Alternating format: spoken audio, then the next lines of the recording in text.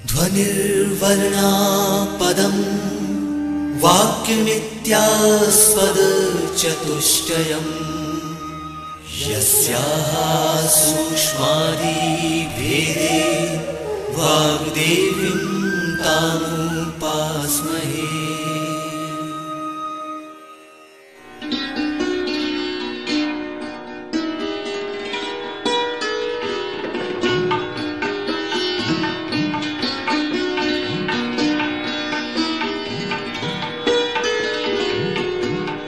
मध्य प्रदेश भोज मुक्त विश्वविद्यालय का इलेक्ट्रॉनिक माध्यम निर्माण और शोध केंद्र EMPRC प्रस्तुत करता है ध्वनि कार्यक्रम अभिप्रेरण और व्यक्तित्व विकास। यह कार्यक्रम प्रबंधन विषय पर आधारित है। अभिप्रेरण और व्यक्तित्व विकास के बारे में व्याख्यान देंगे डॉक्टर सुरेंद्र बिहारी गोस्वामी। कार्यक्रम का ध्वन्यांकन, संपादन और निर्देशन किया है अमर बहादुर यादव ने। तो आइए सुनते हैं ध्वनि कार्यक्रम अभिप्रेरण और व्यक्तित्व विकास।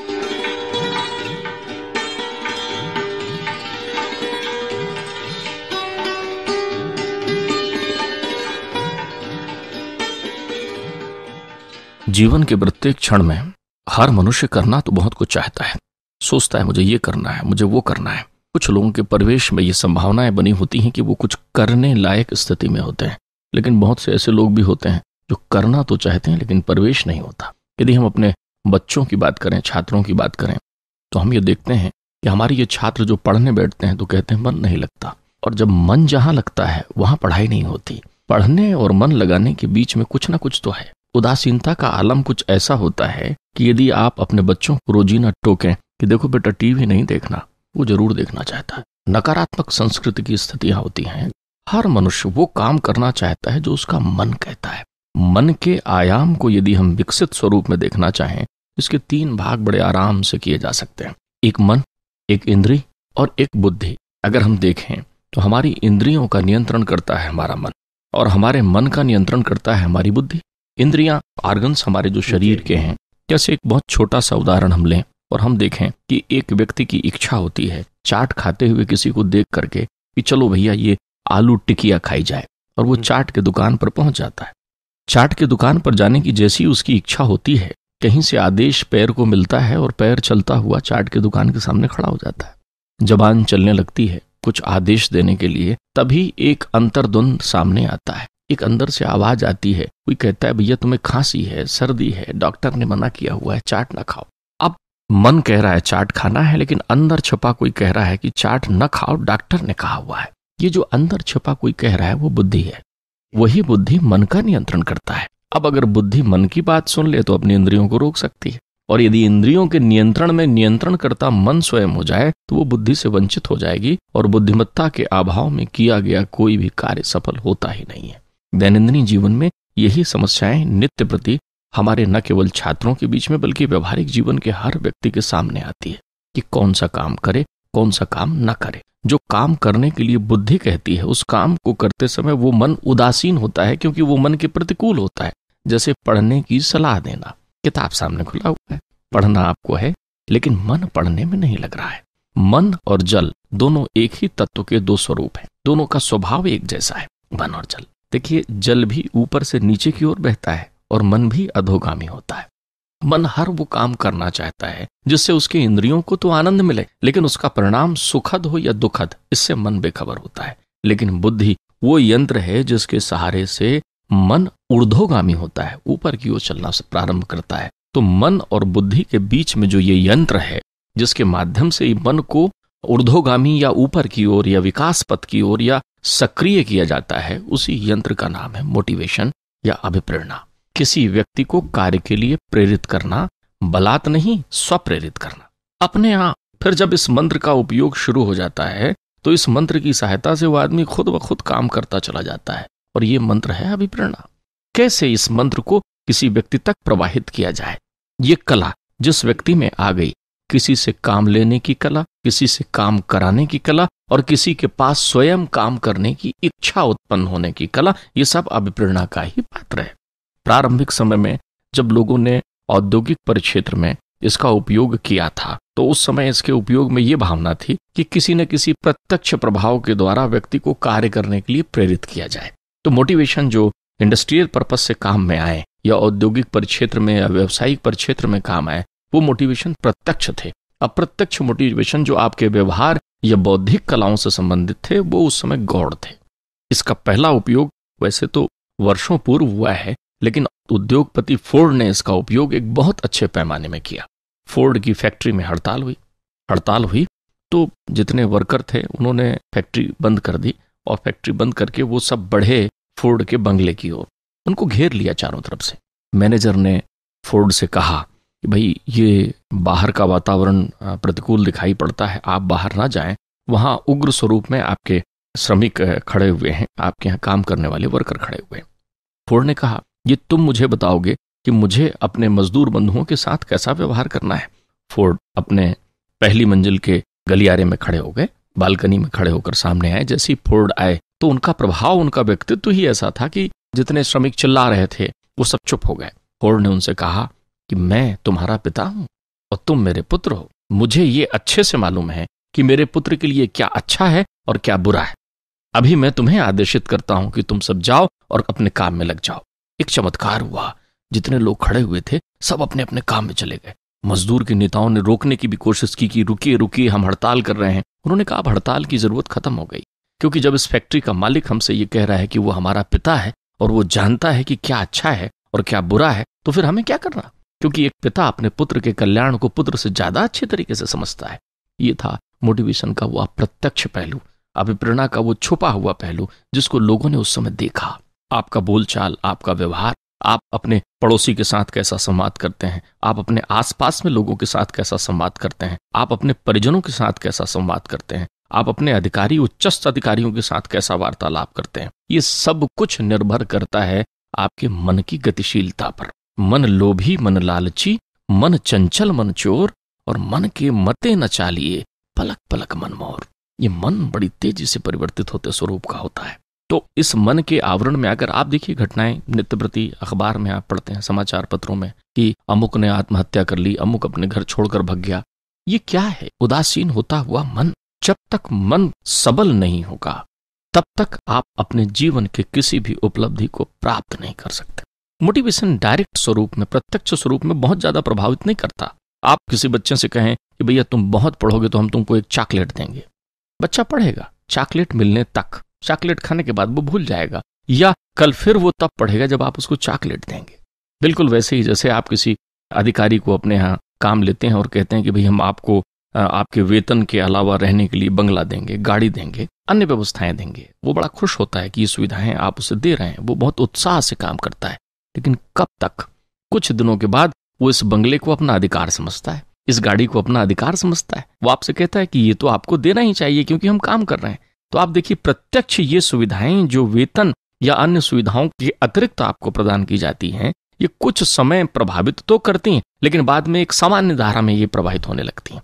लेकिन वो जो कुछ अप्रत्यक्ष है, जो फोर्ड महोदय के पास सुरक्षित था और ऐसे अनेकों अनेक लोगों के पास सुरक्षित है, वो व्यक्ति को स्वयं स्फूर्त होकर लक्ष्य की ओर बढ़ने की प्रेरणा देता है। हम उस अभिप्रेरणा की बात आपसे आज कर रहे हैं। ये इतने घनत्व का है, ये अदृश्यमान शक्ति में काम करता है। आप देखें, मन पर विज्ञान है जिसे हम मनोविज्ञान कहते हैं। आप हर ऑर्गन्स को दिखा सकते हैं। आपको आंख दिखता है, हाथ दिखता है, आप अपने हृदय को दिखा सकते हैं, हार्ट आप दिखा सकते हैं। लेकिन अगर कोई आपसे कहे कि मैं आपका मन देखना चाहता हूं, तो क्या आप मन दिखा सकते? मन होता है, मन एक अनुभूति है, लेकिन वो दिखाई नहीं पड़ सकता। तो जो चीज नहीं दिखाई पड़ सकती लेकिन बहुत सक्रिय और प्रभावशील है, जिसका प्रभाव पल पल आपके जीवन में पड़ता है, ऐसे न दिखाई देने वाली विषय वस्तु को प्रभावित करने के लिए एक अदृश्य शक्ति की जरूरत आपके पास में है। और वही अदृश्य शक्ति अभिप्रेरणा के रूप में आपके जीवन में होती है, जिसके आधार पर आप एक व्यक्तित्व का विकास कर सकते हैं, एक व्यक्तित्व का निर्माण कर सकते हैं। आप देखें, नित्य प्रति जीवन में ऐसे अनेक घटनाएं आपको दिखाई पड़ती हैं कि जब आप उदासीन होते हैं लेकिन पलक झपकते ही आपकी वो उदासी अदृश्य हो जाती है। एक चुपचाप बैठे हुए किसी व्यक्ति पर आप प्रयोग करिए। हमने अपने शोध में कई प्रयोग किए क्योंकि ये जो अप्रत्यक्ष मोटिवेशन जिस पर मैं आपसे बात कर रहा हूं, indirect motivation, you can say, जो फील होने वाली प्रक्रिया है उस पर प्रभावित करने पर हमने शोध किया। हमने देखा सुख और दुख, ये दो तत्व भी ऐसे हैं जो होते तो हैं लेकिन दिखाई नहीं पड़ते। आप ये देखें, किसी से कहिए मुझे आपका सुख देखना है, तो आपको अपनी धन संपदा, विषय वस्तु, सारी चीजें दिखा सकता है, लेकिन कोई ऐसी चीज नहीं दिखा सकता जिसका नाम सुख हो, जिसके कारण सुख हो सकता है लेकिन वो सुख नहीं हो सकता। किसी व्यक्ति को कहेंगे भाई आपको बहुत दुख है, आप अपना दुख दिखाएं, तो आप देखें वो अपना दुख दिखा नहीं सकता। दुख महसूस करने की प्रक्रिया है। फिर आप ये भी देखेंगे कि एक ही विषय वस्तु किसी का सुख का कारण है तो किसी का दुख का कारण है। एक पड़ोसी अपने यहाँ एक नई कार लेकर आता है, वो अपने पड़ोस में रहने वाले एक दूसरे सज्जन के पास बताने के लिए जाता है कि भैया मैंने एक कार खरीदी। अब वो बताने जाता है कार खरीदी, तो जैसे ही वो मिठाई के डब्बे में से मिठाई देता है और कहता है कि मैंने एक कार ले ली, तो सामने वाला मुस्कुराता तो जरूर है, लेकिन उसके अंतर्मन में एक पीड़ा उत्पन्न होने लगती है कि बताओ यार, इसने कार ले ली, इसके पास कार हो गई, मेरे पास कार नहीं है। वो उसके जाते ही कहता है ये तो आदमी मुझे ठीक दिखाई नहीं पड़ता, लगता है इधर उधर से कहीं से धनार्जन कर रखा है इसने और इसके पास कार हो गई। वो दुखी है। कार लेने वाला व्यक्ति सुखी है, और खासकर शायद उसका सुख उस समय और बढ़ रहा है जब उसको मालूम चल जाता है कि पड़ोसी दुखी। आप देखिए कॉन्सेप्ट वही है, एक ही, एक के सुख का कारण है और एक के दुख का कारण है। किसी पर कुछ हुआ नहीं, प्रत्यक्षता कुछ नहीं हुआ, न तो उसने चिकोटी काटी कि भाई उससे पीड़ा हो गई हो, लेकिन एक का चेहरा दुख से भर गया। शाम के समय एक व्यक्ति दौड़ता हुआ आकर उससे कहता है पड़ोसी से, भैया आपके पड़ोस में रहने वाले सज्जन ने जिन्होंने नई कार ली थी, उनके कार का एक्सीडेंट हो गया, उनके एक पैर में फ्रैक्चर आया है, अस्पताल में भर्ती है। तो जो व्यक्ति सवेरे दुखी हो गया था, उसके चेहरे में अंतर्मन में मुस्कुराहट की लकीर खिंच जाती है। वो कहता है क्यों, कार नष्ट हो गई ना पूरी। वो अस्पताल में मिलने जाएगा, उससे कहने जाएगा अरे भाई बड़ा दुख है कि आपकी कार नष्ट हो गई, नहीं कि नहीं। आप देखिए, ये वो विषयाक्त चीजें हैं जो मनोदशाओं के प्रतिकूल होने के कारण वैमनस्यता उत्पन्न करके बुद्धि के स्थायी स्वरूप को नष्ट कर रही। प्रभाव वही।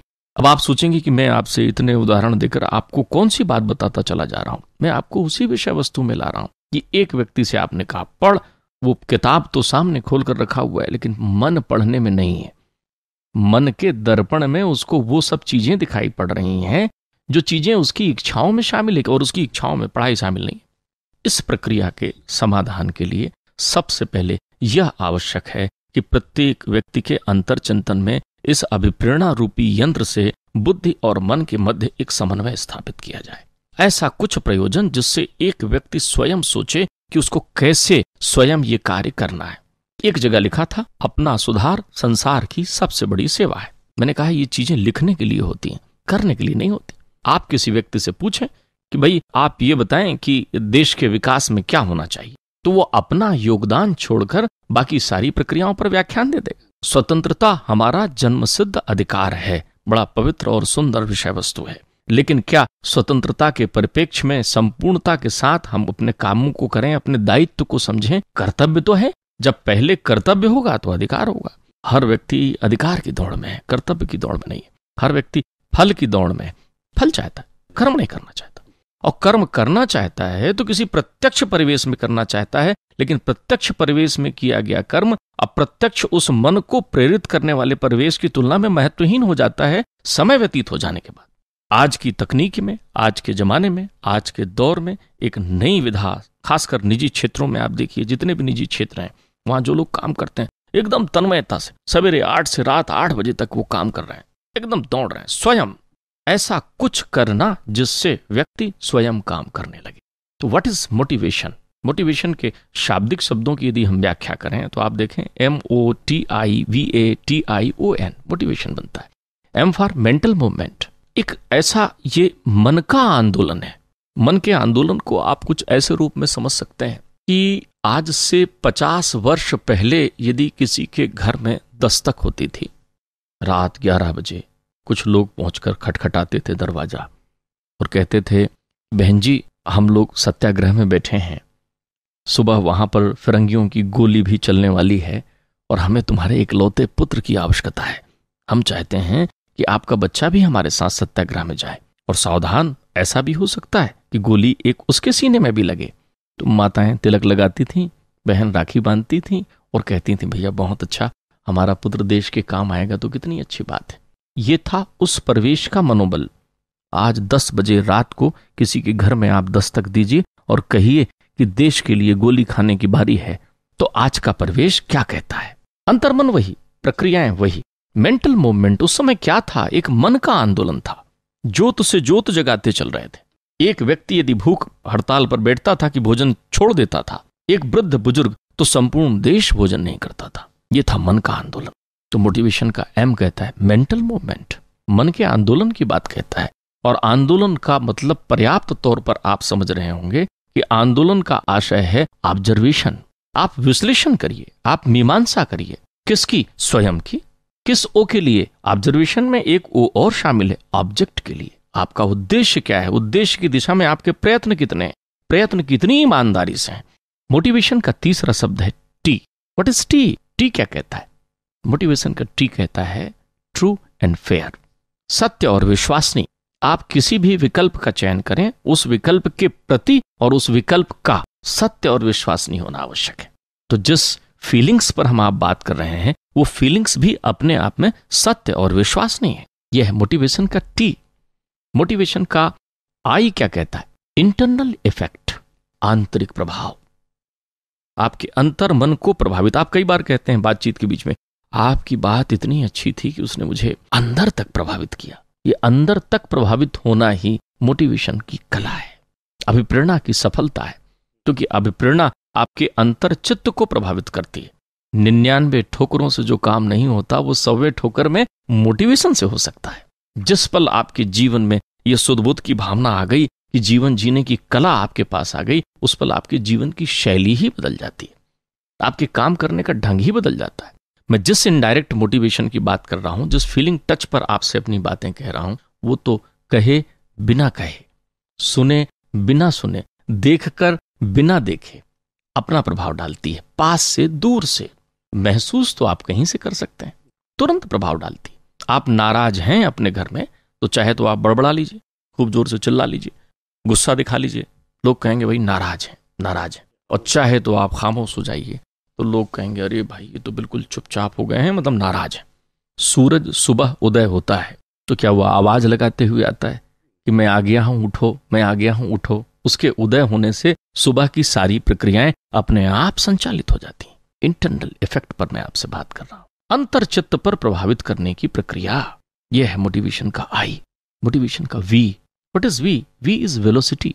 चलते रहना जिंदगी है, रुकना नहीं। बहुत से लोग रुक जाते हैं, थक जाते हैं। आप जानते हैं, लगातार सतत रूप से असफल होना आपके भविष्यत सफल होने की 100% गारंटी है। जो लोग असफल होते हैं वो उस असफल के आ से वंचित होते हैं। आ कहता है कि नहीं, आ एक अनवरत चलने वाली प्रक्रिया है। बहुत से लोग उदासीन हो जाते हैं जीवन में, क्योंकि वो कहते हैं हम असफल हो गए हैं। ऐसा नहीं, आ एक अनवरत प्रक्रिया है। सफलता एक प्रमाप नहीं है जीवन की, कर्म आपका प्रमाप है। अगर आप किसी कर्म को बहुत मन से करते हैं और फिर परिणाम जो भी हो, आपका मन यदि संतुष्ट है, तो आपने सफलता की दिशा में एक प्रभावी कदम बढ़ाया है। जीवन में चलना होगा, रुकना नहीं होगा। जो जीवन में वहीं खड़े हो जाते हैं, परंपरा की रूढ़ी बात की सीढ़ियां पकड़ करके, क्या हम तो साहब ऐसे ही पढ़ेंगे, हम तो साहब ऐसे ही रहेंगे, ऐसा नहीं। कबीर कहते हैं लीके लीके सब चले, और लीके चले कपूत, और लीक छाड़ तीनों चले, शायर सिंह सपूत। आपको चलना होगा।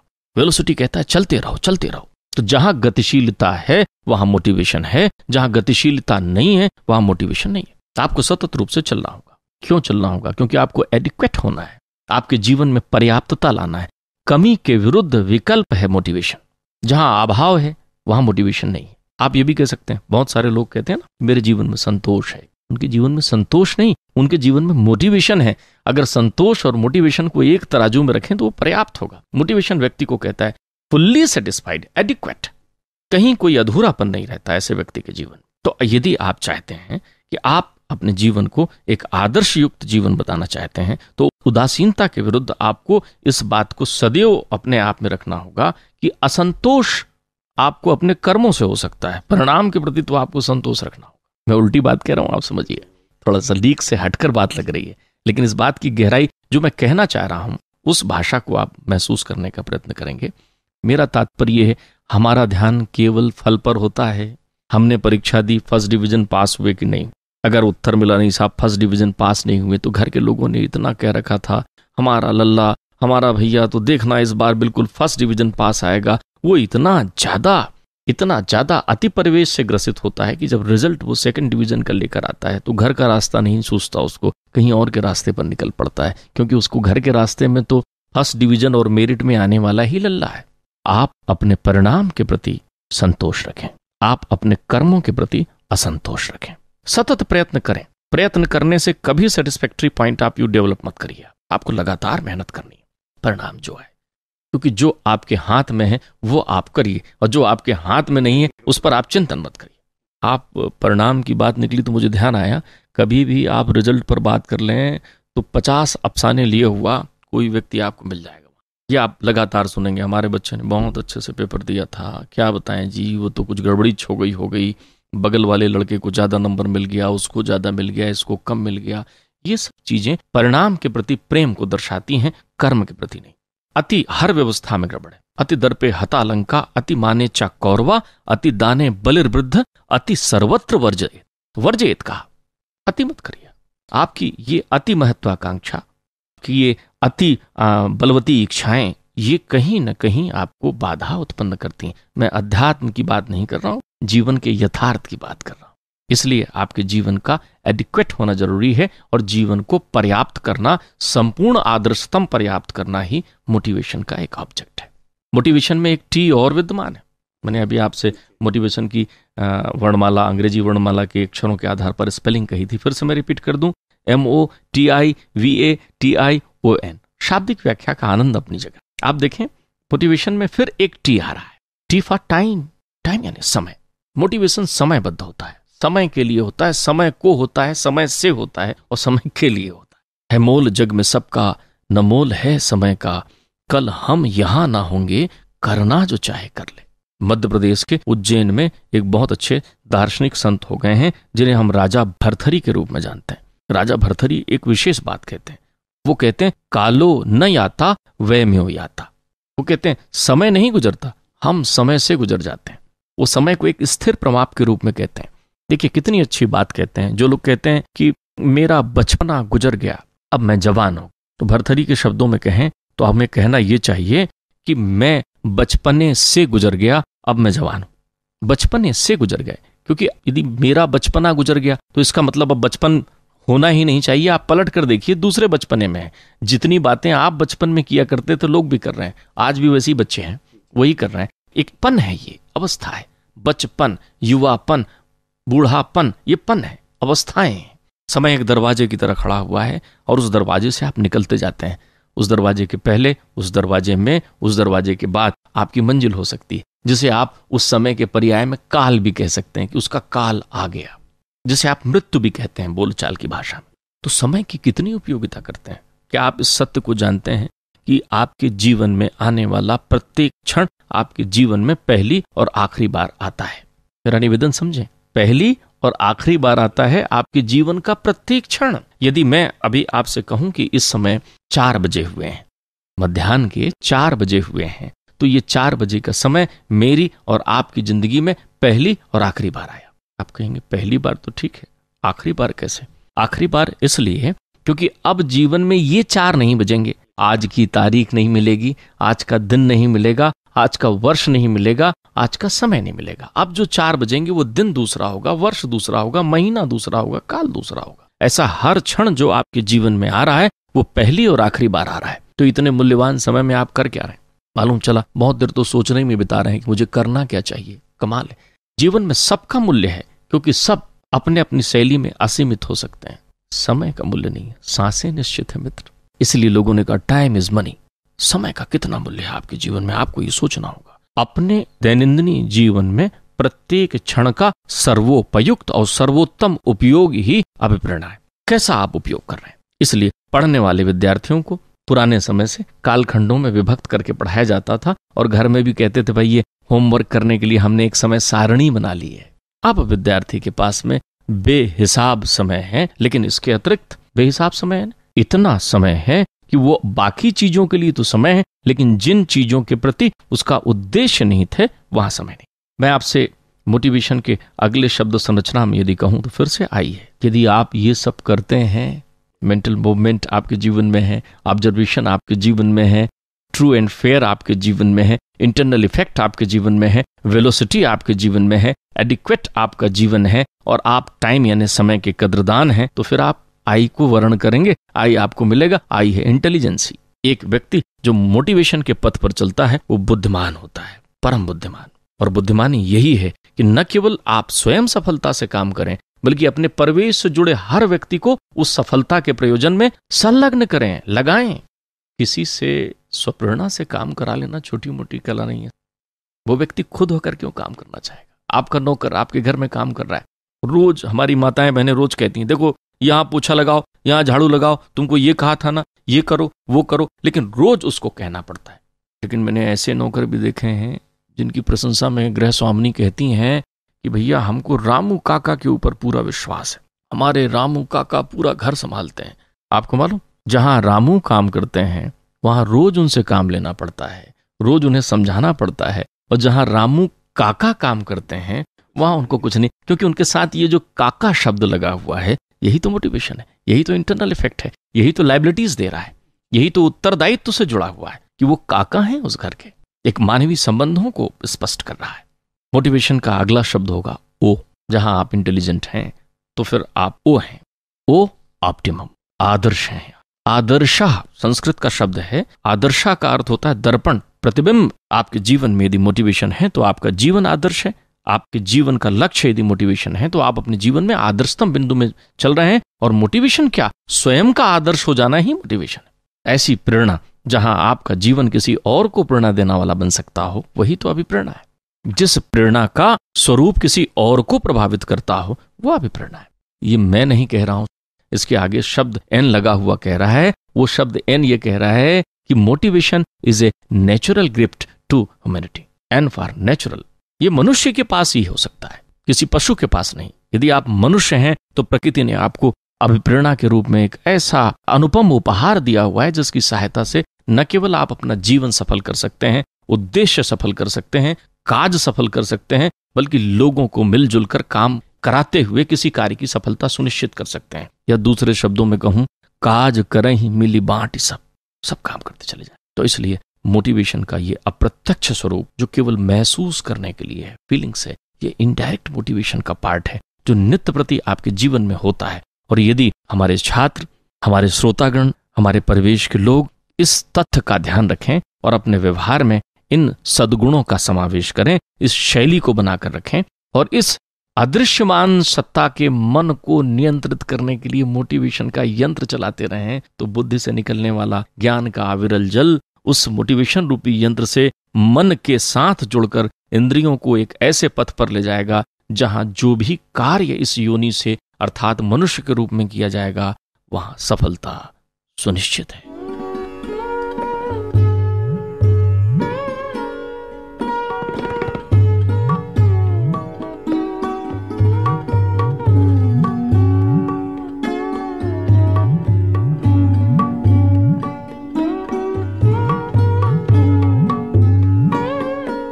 अभी आप सुन रहे थे ध्वनि कार्यक्रम अभिप्रेरण और व्यक्तित्व विकास।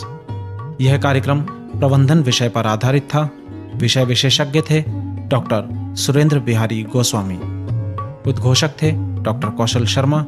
कार्यक्रम का ध्वन्यांकन, संपादन और निर्देशन किया अमर बहादुर यादव ने। इस कार्यक्रम का निर्माण और प्रस्तुतिकरण मध्य प्रदेश भोज मुक्त विश्वविद्यालय के इलेक्ट्रॉनिक माध्यम निर्माण और शोध केंद्र EMPRC द्वारा किया गया।